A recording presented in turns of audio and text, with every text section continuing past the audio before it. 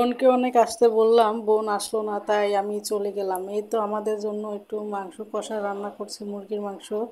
যেহেতু বাচ্চারা মুরগি অনেক পছন্দ করে, তাই সেটাই রান্না করছে। অনেক মজা হয়েছিল, একটু মানে হালকা হালকা ঝাল ঝাল হয়েছে। যাই হোক, অনেক গল্প সল্প করলাম, খাওয়া দাওয়া করলাম। এই তো এটা সকালবেলা আমার ছেলে পিৎজা কাটছিল।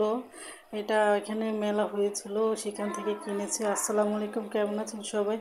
আশা করি সবাই ভালো আছেন। আমি আল্লাহর রহমতে ভালো আছি। চলে আসলাম নতুন একটা ভিডিও নিয়ে। আশা করি সম্পূর্ণ ভিডিওটা দেখে সঙ্গে থাকবেন। তো আমার বোনের হাতের এই খিচুড়িটা অনেক মজা হয়, তাই সকালবেলা এই নাস্তাটা এই দিল।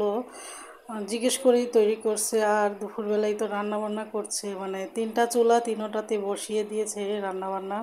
তো অনেক তাড়াতাড়ি হয়ে গিয়েছে রান্না বান্না। যাই হোক, আর এটা ছিল সন্ধ্যাবেলা। আমার মেয়ে অনেক মানে এই পিঠাটা পছন্দ করে, তাই এটাই বানালো। যাই হোক, খালাদের কাছে একটু আবদার করা যায়। এই তো আমার মেয়ে অনেকগুলা খাইছে। এই তো বাসায় এসে পড়েছি। পরের দিন সকালবেলা একটু তরকারিতে ধনেপাতা দিব, তো গাছ থাকলে একটু সহজ হয়। আর আমার তো একটু খাবার খেলেই টক জাতীয় খাবার খেতে মন চায়। দুপুরবেলা এটা খেয়েছি। তো মেয়ে আমি মিলেই খাচ্ছিলাম, অনেক ভালো লাগছিল। আর এই তো তুফান হয়ে শুরু হয়ে গিয়েছে, কিন্তু কোনো বৃষ্টিই ছিল না।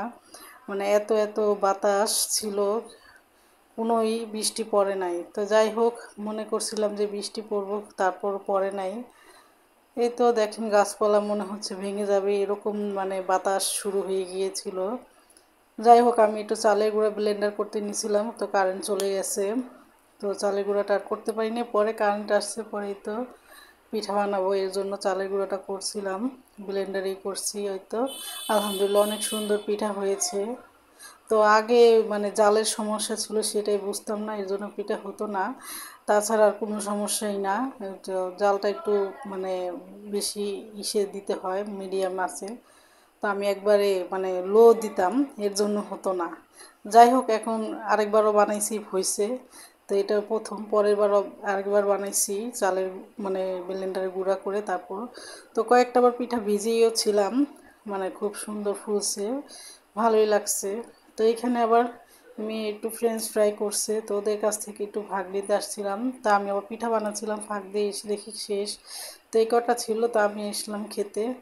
তো আমার সসটা খেয়ে অনেকেই সুনাম করেছে, বাড়িতেও নিয়ে গিয়েছিলাম, বলতেছিল যে দোকানের থেকেও অনেক অনেক মজা হয়েছে। যাই হোক, আলহামদুলিল্লাহ, সবাই যদি খেয়ে শান্তি পায় অনেক ভালো লাগে, মানে ওই জিনিসটা আবারও তৈরি করতে উৎসাহ লাগে।